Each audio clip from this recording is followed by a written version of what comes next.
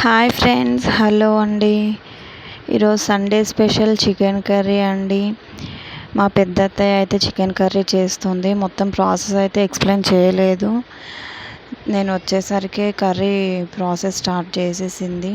So అవన్నీ అయితే record చేయకుండా నార్మల్గానే చేస్తుంది. నెక్స్ట్ టైం మా అత్తయ్య చికెన్ కర్రీ చేసేటప్పుడు పక్కా నేనైతే మొత్తం స్టార్ట్ ఎండ్ మొత్తం అన్నీ రికార్డ్ చేసి చూపిస్తాను. ఎందుకంటే మా పెద్ద అత్తయ్య చేసే కర్రీ అంటే చాలా ఇష్టం అందరికీ.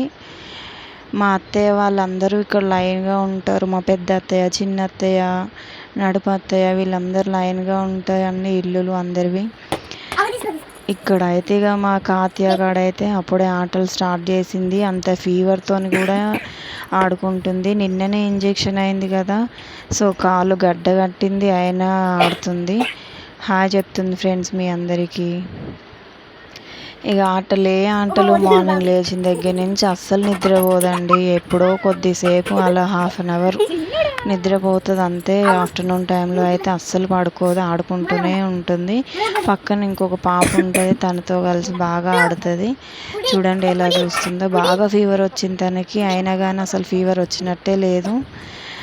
బాగా ఆడుతుంది. ఆడడం వల్ల ఆ కాలు ఇంకా వెయిట్ పడి ఇంకా వాపు బాగా ఎక్కువైపోయింది.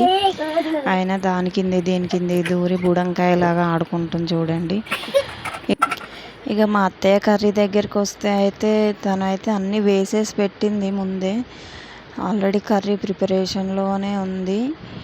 ఇక కారం పొడి వేస్తే అయిపోద్ది. నేను అలా బయటికి వెళ్ళి వచ్చేసరికి కారం పొడి కూడా వేసేసింది, కర్రీ కూడా అయిపోయింది.